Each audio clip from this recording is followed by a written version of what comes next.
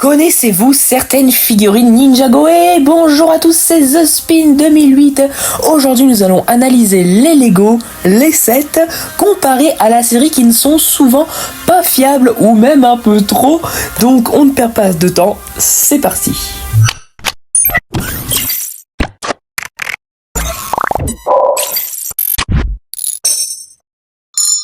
Pour vous donner l'exemple parfait de ce que contiendra cette vidéo, c'est évidemment la cicatrice de Kai juste ici. Oui, il peut être dans les effets Mandela, parce que cette cicatrice n'a jamais existé dans la série. Voici tout bonnement une photo de Kai pour les anciennes générations. Mais pour les nouvelles que nous avons eu le droit à un petit pansement et une cicatrice de l'autre côté. Petite référence du coup à cette erreur que Lego nous a mise, sans la corriger d'ailleurs dans aucun set, même en 2017 avec les changements de tête.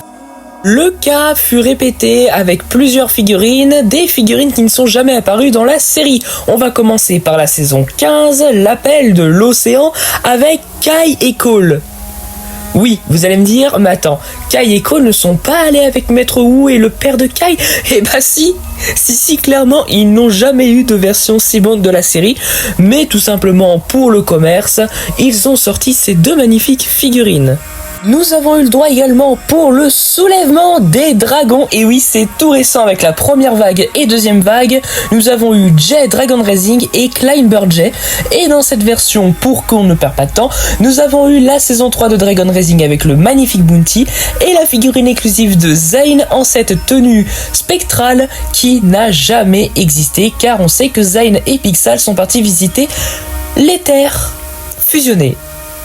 De ce même type, nous avons eu des figurines à part Kai Dragon Racing. Nous avons eu des figurines qui sont apparues, mais qui n'existent tout bonnement pas. Alors là, ce n'est pas non pas pour le commercial, mais c'est pour l'inventif Lego. Et il y en a 3 que je peux vous citer.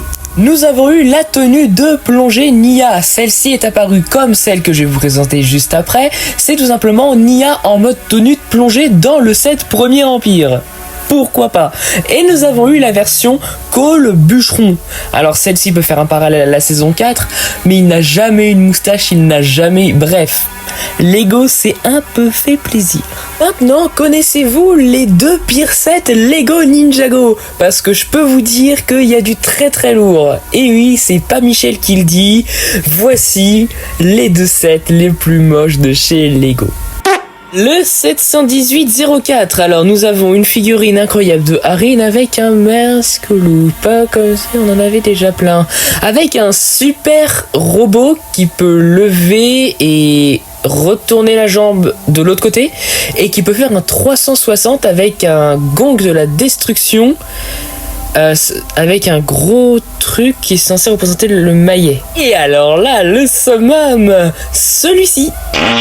Le 717-40, contrairement à celui d'Harin, il a 2 ans ou 3 ans de moins. Alors, c'est un robot représentant le magnifique robot de la jungle que Maître Chen propose à Jay pour le traquer, sauf que celui-ci n'a même pas de cockpit pour refermer. Il a une figurine d'Izor que nous avons eu au moins en 5-6 exemplaires, avec celle de Jay, mais attention, ce n'est pas n'importe quel Jay Jungle, parce que nous avons la cagoule Legacy que nous avons depuis déjà 2 ans dans cette vague. Oui, mais attendez, parce qu'il ne vient pas tout seul, il vient avec une petite structure. Ah, je vous ai dit, Lego, c'est pas toujours incroyable.